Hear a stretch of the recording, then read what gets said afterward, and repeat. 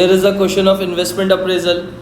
Basic questions में आपको करवा चुका था, थोड़ा सा डिफरेंट क्वेश्चन जाते हैं। पास पेपर का क्वेश्चन है, the director of a clothing company, एक क्लोथिंग कंपनी का डायरेक्टर है, are proposing to manufacture clothes. Investment appraisal यानी जो भी आप इन्वेस्टमेंट कर रहे हो उसका अप्रेज निकालो। They anticipate that the coat would stay in fashion for the next 4 years, यानी उन्होंने अंदाज़ा लगाया है जो कोट का जो फैशन है वो कब तक रहेगा, अगले 4 साल रहेगा। इसका मतलब 4 साल में जितना कमाना है, जितना खींचना है खींच लो, कॉन्सेंट्रेट कर लेना। This will require purchase of additional equipment. उसके लिए हमें क्या करनी पड़ेगी, 2.5 लाख रुपए की मशीन खरीदनी पड़ेगी और वो स्क्रैप हो जाएगी 4 साल बाद, मतलब 4 साल बाद उस मशीन की वैल्यू 0 हो जाएगी।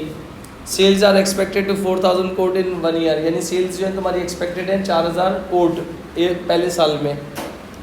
Year 2 and Year 3 are expected number of coat will increase by 10% on previous year. इसका मतलब जो Year 2 में वो 10% से बढ़ जाएंगे, फिर Year 3 में फिर वो दोबारा 10% से बढ़ जाएंगे और फिर अचानक Year 4 में आके वो गिर जाएंगे।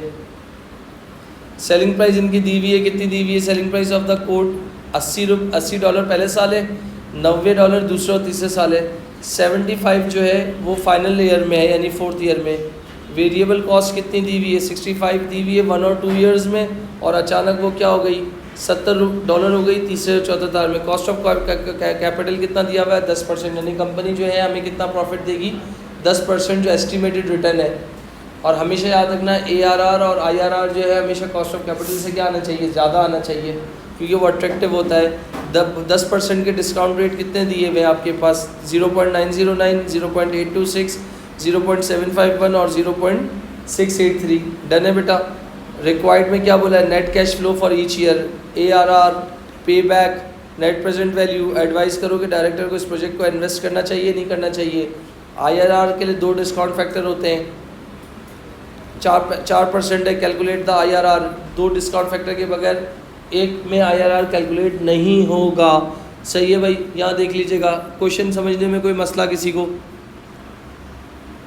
सॉल्व करते हैं, आ जाए। क्या लिखा हुआ है आपके पास, अगर मैं आपसे बात करता हूँ, यहाँ देखिएगा। सेल्स जो हैं वो मेरी किस में है, कोट्स में है ना। कोट एक यूनिट हो गया, तो एयर 1 हो जाएगा, Year 2 हो जाएगा, Year 3 हो जाएगा और Year 4 हो जाएगा। Year 1 में कितने कोट्स थे आपके पास, 4000। Year 2 में वो कितने हो गए जी, क्योंकि 4000 का 10% हो गया 4400। Year 3 में 4400 का 10% बढ़ा तो 440, तो ये हो जाएगा 4800। फिर इसके बाद अचानक गिर गई कोट की, वो कितना हो गया, 3500। डन हो गया।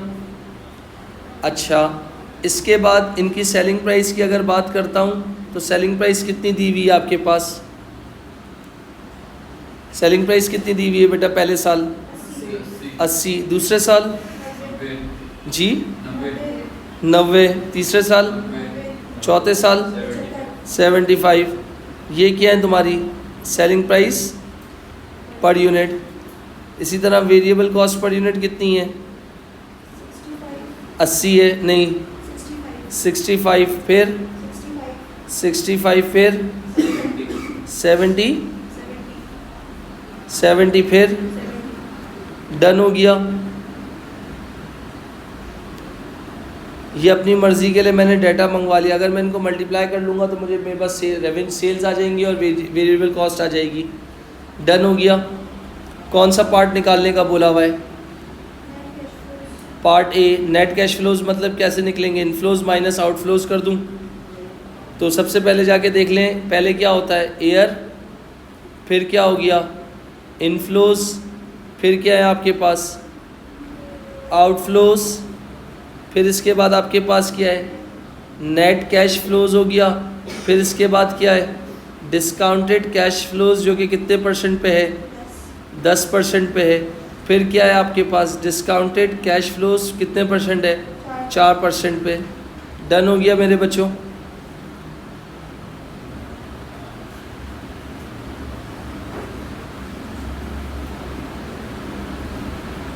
कितने साल हैं,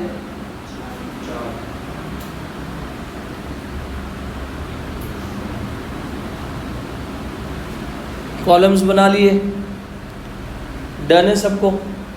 अच्छा, इनफ्लोज को मैं क्या नाम दे सकता हूँ अपनी आसानी के लिए? क्या बोल दूँ? सेल्स बोल दूँ? मानते हो इस बात को? इनफ्लोज किस फॉर्म में होंगे? सेल्स की फॉर्म में हो गए। और आउटफ्लोज किस फॉर्म में हो गई? वेरिएबल कॉस्ट की फॉर्म में हो गए। Year 0, year 1, year 2, year 3, year 4। Year 0 में तुम्हारा आउटफ्लो कितना हो गया था? जी बेटा 2.5 लाख। तो यहाँ पर मैंने क्या लिख दिया? 2.5 लाख लिख दिया। आगे भी क्या लिख दिया? 2.5 लाख लिख दिया। आगे भी क्या लिख दिया? आगे भी क्या लिख दिया? डन हो गया मेरे बच्चों। अच्छा, ज़ाहिर सी बात ईयर 1 में कोई इनफ्लो था नहीं। पहले साल क्या कमाया था? 4000 इंटू 80 कर दो। 4000 इंटू 80 कर दो, कितना हो गया? 3,20,000। 4400 इंटू 90 कर दो, कितना हो गया? 396,000। 4840 इंटू 90 कर दो, कितना हो गया? कितना? 435600। और 3500 इंटू 75 कर दो, कितना हो गया? 2600। ये सारे इनफ्लोज हो गए। अगर आउटफ्लोज की बात करता हूँ तो ये देखिएगा, 4400 को मल्टीप्लाई कर लो 65 से, 2,60,000। 4400 को मल्टीप्लाई कर लो 65 से, 286। अच्छा, 4840 को मल्टीप्लाई कर लो 70 से, कितना हो गया? 33। सही है। इसके बाद 3500 को मल्टीप्लाई कर लो 70 से, 210, 245,000। इनफ्लोज में से आउटफ्लोज को माइनस कर दो। इनफ्लोज में से आउटफ्लोज को माइनस करो तो पहले साल कितना आ रहा है? 60,000। दूसरे साल 1,10,000। तीसरे साल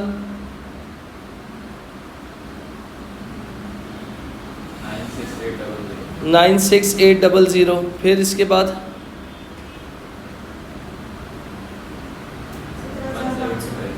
17,000। तो ये तुम्हारा आंसर क्या हो गया? यही तो मांगा था पार्ट ए में। पढ़ लो क्या मांगा हुआ है।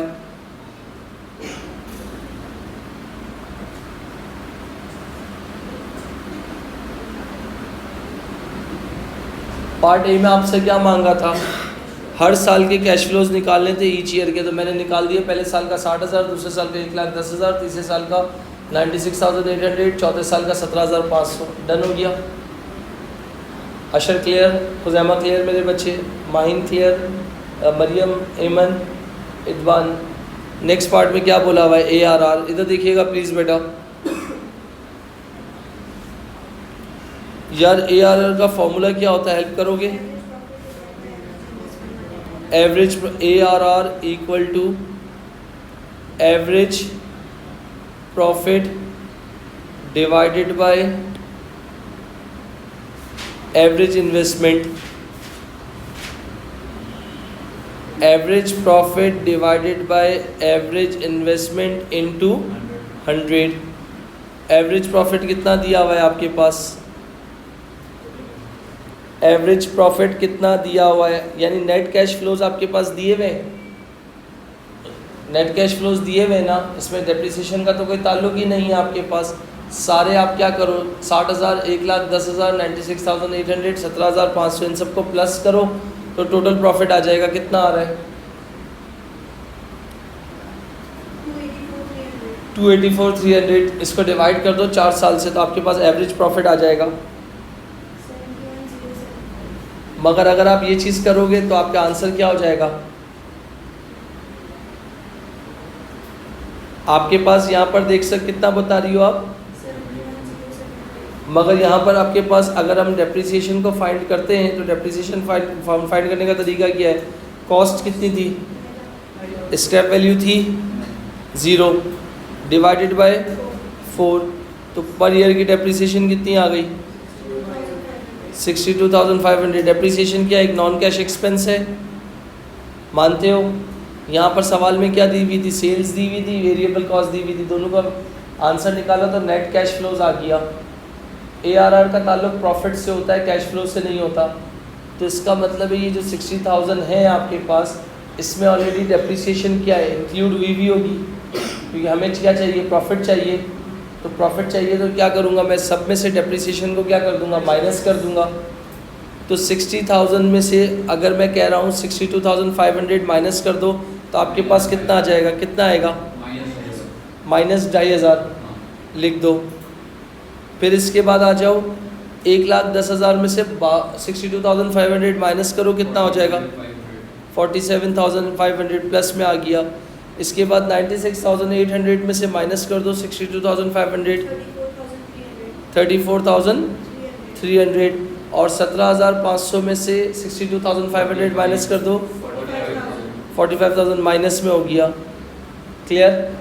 इन सबको प्लस माइनस करके बताओ तो आपके पास क्या आ जाएगा, टोटल प्रॉफिट आ जाएगा, कितना आएगा, कितना बेटा, यानी -2500 प्लस 47,500 प्लस 34,300, 34,300, ये मेरा टोटल प्रॉफिट है 4 साल का। डिवाइडेड बाय कितने साल है मेरे पास, तो कितना आ जाएगा, 8575। ये मेरा क्या होगा, एवरेज प्रॉफिट हो जाएगा। तो यहाँ लिख दूँ 8575 और स्टार बना रहा हूँ यहाँ पर, ताकि याद रहे कि ये वैल्यू कहाँ से आई है, यहाँ से आई है। डन हो गया।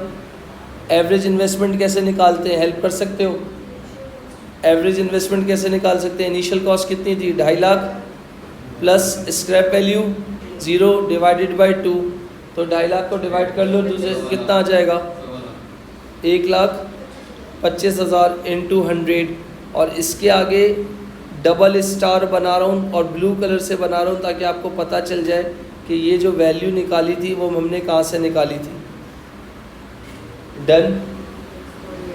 तो ARR आपके पास कितना आ रहा है, हेल्प कर सकते हो?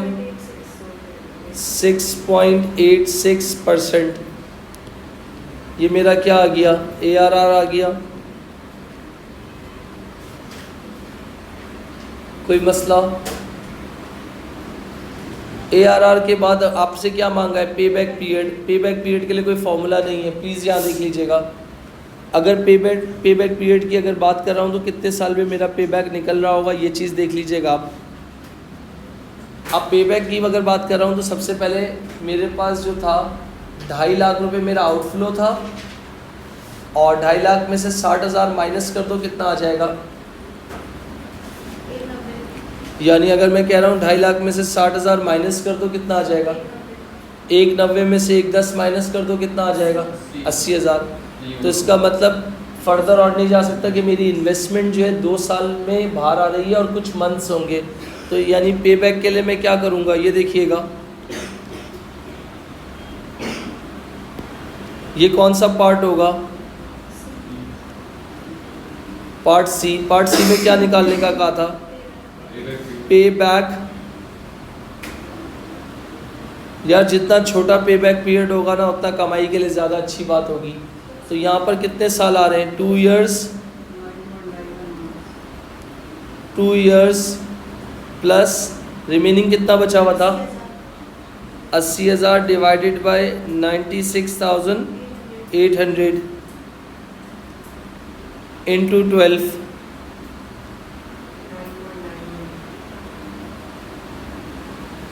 तो 2 इयर्स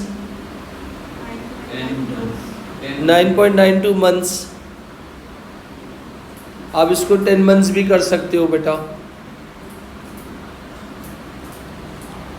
इसका मतलब है जो तुम्हारा पे बैक 4 साल की मशीन की लाइफ है, ऑलमोस्ट लगभग तुम्हारा जो पे बैक जो पीरियड अचीव हो रहा है ना वो कब हो रहा है, 2 साल, यानी लगभग 2.25 साल में हो रहा है। तो इसका मतलब तुम्हारे लिए अर्निंग करने के लिए फिर भी 1.25 साल बचा हुआ है। 1.25 साल के बाद जो भी तुम इन्वेस्टमेंट बाहर हो गई, फिर वो जो भी चीज़ होगी वो तुम्हारा क्या है, प्रॉफिट। और तुम्हें मैं एग्जांपल इसको इस तरह देता हूँ, अपने आईपैड से रिजेम्बलेंस कर देता हूँ। मैंने 2017 में iPad pro 2nd generation 12.9 inch लिया था। पेन एप्पल पेंसिल 1 चलती थी, 1,50,000 के अंदर लिया था, मुझे याद नहीं है। 2017 में लिया, 18 में 17, 18, 19, 20, 21, 22, 23 में आके बेचा, 7 साल उसको इस्तेमाल किया है। मतलब जो शुरू में इतना फ्रिक्वेंट इस्तेमाल नहीं हुआ, कोरोना के बाद से इतना इस्तेमाल हुआ कि जो इसकी कॉस्ट थी ना वो निकल गई। इसका मतलब इतना चलाने के बावजूद भी जब बेचने लगा ना, ड्यू टू इन्फ्लेशन या अदर फैक्टर्स की वजह से, फिर भी मेरा कॉस्ट से ऊपर में ही गया। तो इसका मतलब मेरा एसेट तो डेप्रिशिएट हुआ ही नहीं ना, मतलब मैंने एक तरह से फ़ायदे में ही इसको इस्तेमाल किया। आज मेरे पास iPad है M2 चिप, मैंने जितने का भी लिया है, तो इसका मतलब अगर मैंने ये सोच के लिया था कि यार मैं ऑनलाइन टीचिंग कर रहा हूँ, सब चीज़ कर रहा हूँ, अगर ऑनलाइन टीचिंग में 2 अच्छी ट्यूशन्स मिल जाती हैं तो हो सकता है कि मैं 2 महीने 3 महीने में इसके पैसे बाहर कर लूँगा। तो इसका मतलब एक तरह से मेरी इन्वेस्टमेंट थी ना। मैंने रॉड का माइक लिया, इन्वेस्टमेंट की 50,000 रुपये की, मैंने कहा यार इसके पैसे, कोई 1-2 रिकॉर्डिंग मिल गई, कुछ हो गया तो पैसे बाहर आ जाएंगे, फिर जो कमाई होगी एक तरह से क्या है, मेरा प्रॉफिट ही प्रॉफिट है। बात समझ रहे हो? तो इसका मतलब क्या हो गया, इन्वेस्टमेंट्स इसी तरह की होती है, नॉन करंट एसेट्स की भी होती हैं और चीज़ों की भी इन्वेस्टमेंट्स होती हैं। आप प्रॉपर्टी में इन्वेस्ट करते हो तो आपकी चाहत क्या होती है, higher the risk higher the reward. बेशक रिस्क बहुत ज़्यादा हो, अगर रिवॉर्ड यानी प्रॉफिट क्या होना चाहिए, ज़्यादा होना चाहिए, और कम टाइम में प्रॉफिट ज़्यादा मिलना चाहिए। हर इंसान की ये फितरत कहती है। सही है भाई। फिर उसके बाद NPV निकालनी है। NPV कैसे निकालूंगा, इधर देख लीजिएगा भाई प्लीज़, बहुत इंपॉर्टेंट है। जो आपके पास कैश फ्लोज आए हैं ना, कितने आए हैं आपके पास, ये देखें, 60,000, 1,10,000, 96,800, इन सब को आप क्या कर दो, 10% के डिस्काउंटिंग फैक्टर से क्या करो, एक एक करके क्या कर दो, मल्टीप्लाई कर दो। तो आपके पास क्या आ जाएगा, डिस्काउंटेड कैश फ्लोज आ जाएंगे, मतलब एक फ्यूचर के कैश फ्लोज आ जाएंगे आपके पास। कितना आ जाएंगे, सबसे पहले 60,000 को मल्टीप्लाई कर लो, कितने से, 0.909 से। जल्दी कोई कितना आ रहा है डेसिमल का एग्जैक्ट बताइएगा, 54,540। इसी तरीके से 1,10,000 को मल्टीप्लाई कर लीजिए 0.826 से, कितना बेटा, 92860। इसी तरीके से फॉर एग्जांपल 96,800 को मल्टीप्लाई कर लें 0.751 से,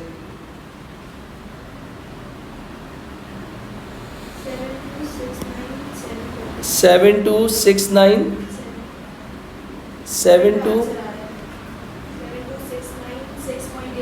तो 697 हो गया। इसी तरह आखिरी वाला क्या होगा, 17,500 डिवाइडेड मल्टीप्लाई बाय 0.683, कितना हो जाएगा, 17,500 मल्टीप्लाई बाय 0.683,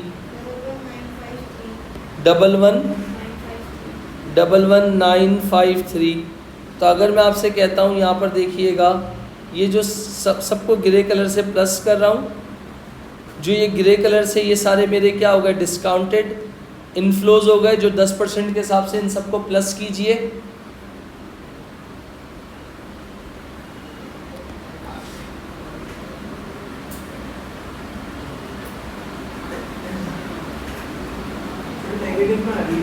ऐसा हो ही नहीं सकता, नेगेटिव में आ रही है।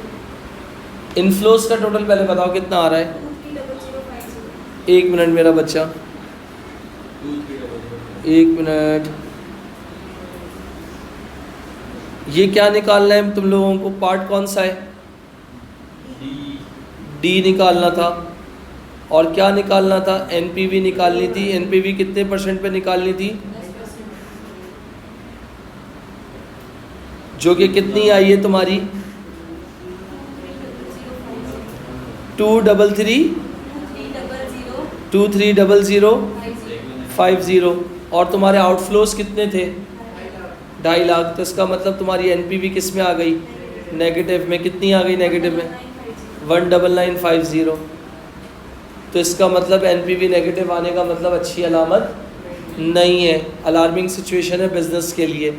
अच्छा, और तुम्हारा जो पे बैक पीरियड है वो भी बहुत ज़्यादा टाइम ले रहा है। सही है, तो इसका मतलब कमाओगे क्या। अच्छा, जो तुम्हारा ARR है वो भी कितना है, वो भी कॉस्ट ऑफ कैपिटल से कम आ रहा है। कॉस्ट ऑफ कैपिटल 10% है, तो इसका मतलब देखा जाए तो एडवाइस ई पार्ट में क्या एडवाइस बनेगी, क्या मतलब बेंचमार्क नहीं दिया हुआ? लिखो, मैं लिखवाता हूँ पहले। बेंचमार्क तो कॉस्ट ऑफ कैपिटल ही है। पार्ट ई में लिखो,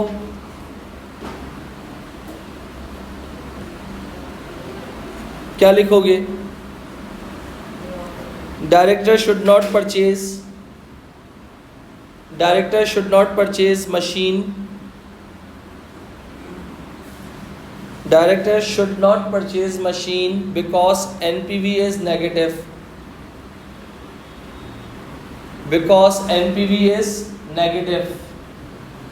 full stop. The calculated ARR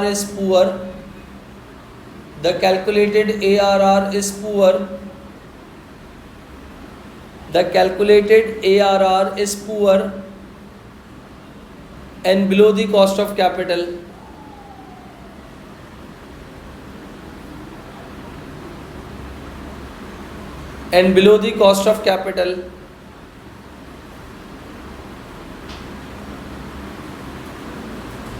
Full stop.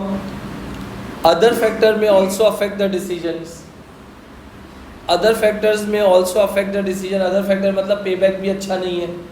4 साल की लाइफ है, ऑलमोस्ट 3 साल, 1 साल में क्या कमाएंगे अब? अगर फैशन आउटडेट हो गया या कोई ऑब्सोलीट हो गया, फिजिकल रिटायरेशन हो गई, तो क्या करेंगे? डन हो गया दोस्तों।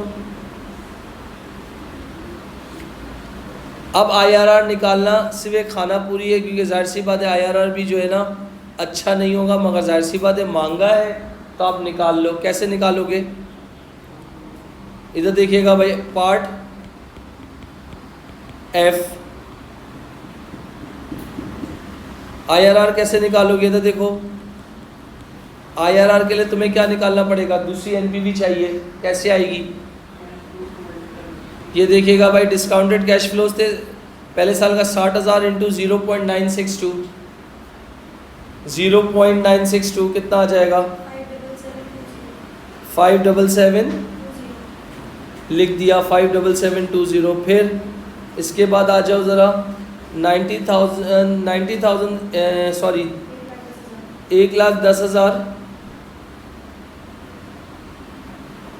1,10,000 इंटू 0.924 101। फिर इसके बाद आ जाओ 96,800 इंटू 0.889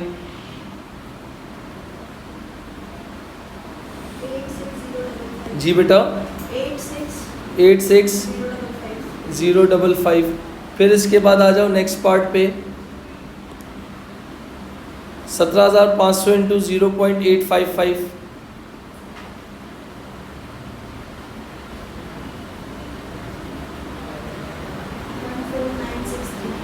149।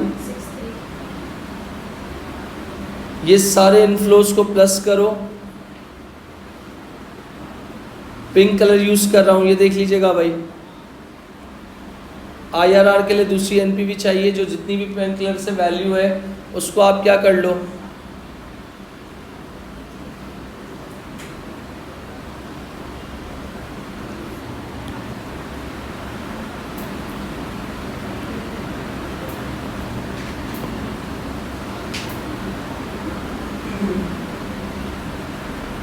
कितनी आ रही है NPV बताओगे? NPV 4% कैपिटल के हिसाब से मेरी आउटफ्लो कितना था? 2.5 लाख रुपए था, और आया कितना है बता दो? 260 माइनस कर दो तो NPV कितनी आ जाएगी? 10378। पॉजिटिव है बेटा? पॉजिटिव होगी ना। अब IRR के लिए क्या करोगे?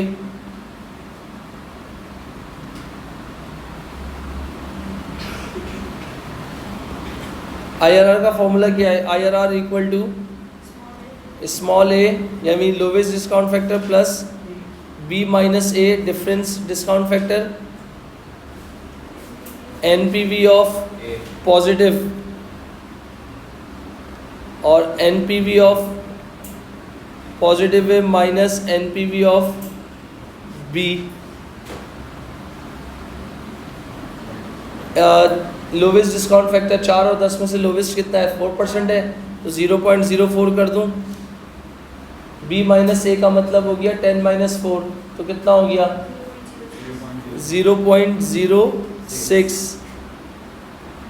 पॉजिटिव एनपीवी कितनी आई थी 10378 डिवाइडेड बाय 10378 फॉर्मूले का माइनस, और एनपीवी बी जो आई थी 19,950 वो नेगेटिव में थी।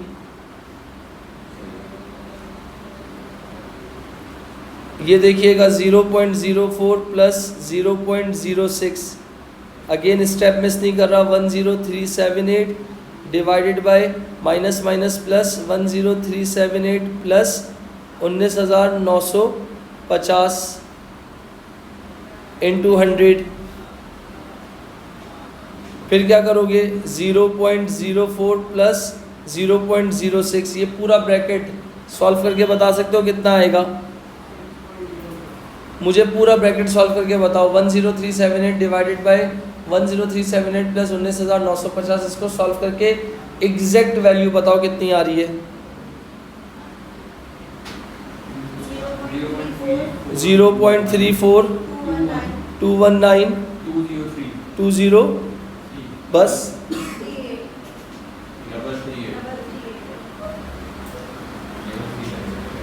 अच्छा, अब आप क्या करो, कैलकुलेटर पे जब लिखोगे तो बहुत एहतियात करना, जिस तरह लिखा हुआ है ना अपना कैलकुलेटर में लिखना, 0.04 लिखो ज़रा जल्दी से क्विक। अगर आगे इसको फर्दर सॉल्व करना नहीं चाहते तो डायरेक्ट कैलकुलेटर में लिखो 0.04 प्लस 0.06 ब्रैकेट ओपन, और ये पूरी value bracket close, multiply by 100 अभी नहीं करना।